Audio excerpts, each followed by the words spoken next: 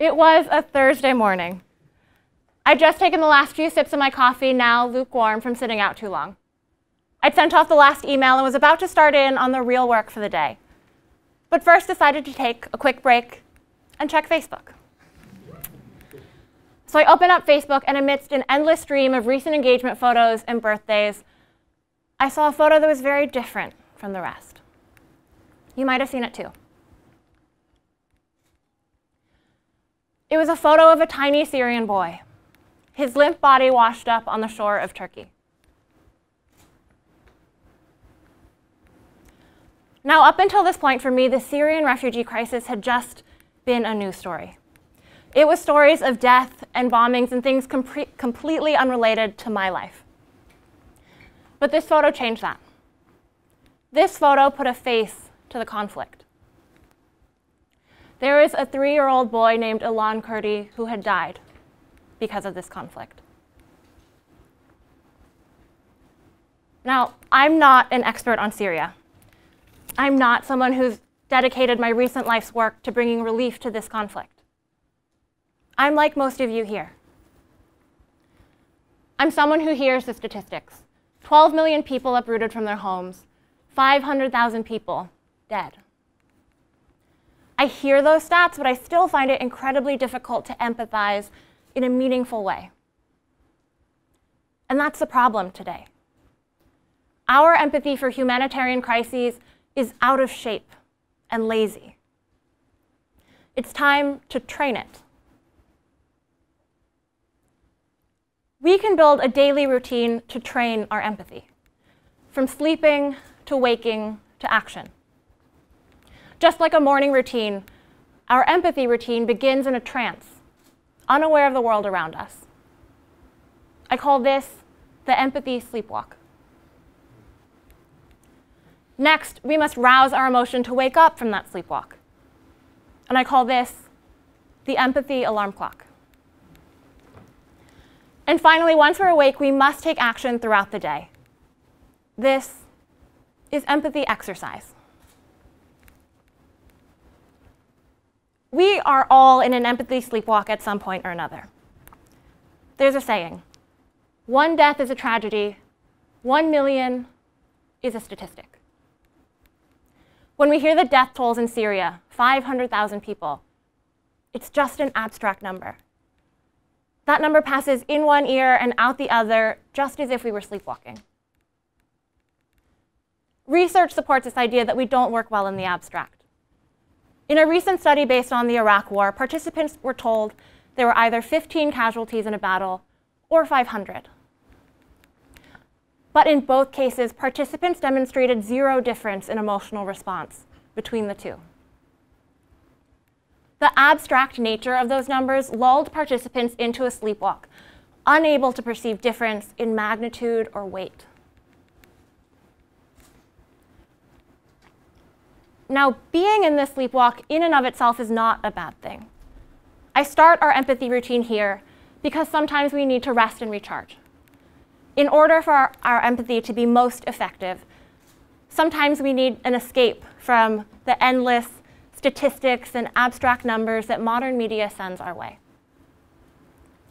But it's not okay to stay in the sleepwalk state forever.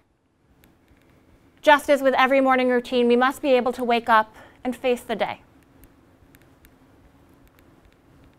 So how do we do that?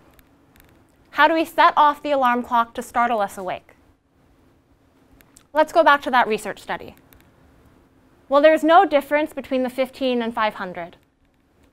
When those numbers were accompanied by images of the fallen soldiers, the emotional response spiked dramatically for the 500.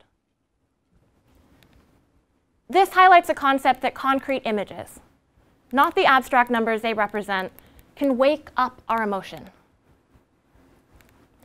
We said earlier that the 500,000 deaths in Syria feels abstract. So now let's make that concrete to wake all of us up here.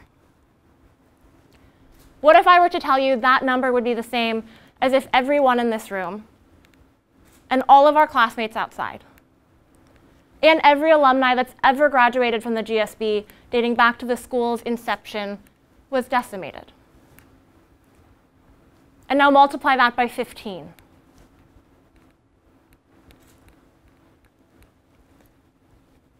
The challenge before us is to seek out and create these alarm clock moments.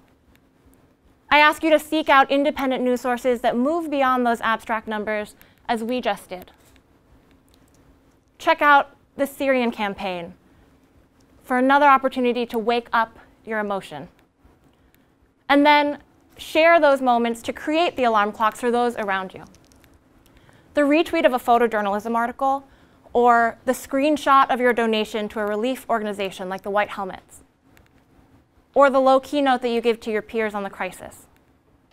These are the concrete moments, or the alarm clocks, if you will, that can wake up the empathy of an entire community.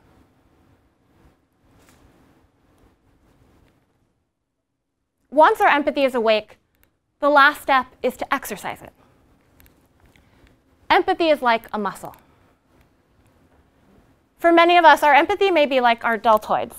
It's kind of this random shoulder muscle that you don't engage often. And to exercise it, you really have to go out of your way. But the goal is to exercise our empathy like our quadriceps. They're constantly engaged for standing and walking. And you don't have to think about it. It's second nature.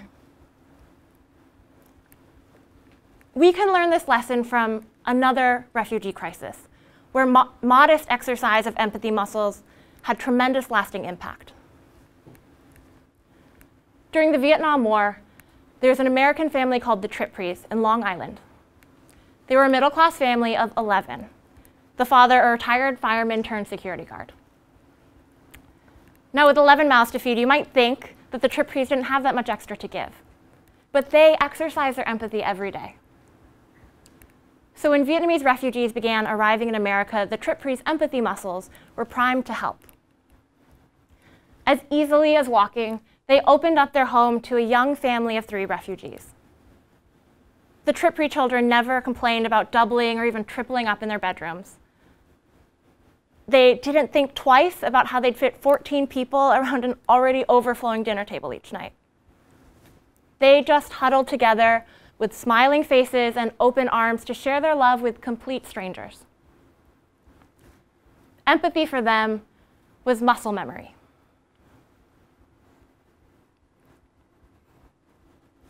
The Tripreys are a beautiful example of the ripple effect that empathy exercise can have. I know because the family of 3 refugees that they saved was my own family. It was my brother and my mom and dad. It's now 40 years later, and we're again confronted with a tragic refugee crisis. What have we learned? The Tripreys taught us that we have to exercise our empathy every day, even in small ways. To make this a part of your routine, pair it with an action you already take. When you call your family to check in, a luxury many Syrians don't have, take 2 extra minutes to call your representatives to influence their stance on US refugee policy. Or when you pay your monthly gym bill, set aside 10% to donate to a relief organization like the International Rescue Committee. And soon, with this daily training, our empathy muscles can do the heavy lifting without breaking a sweat.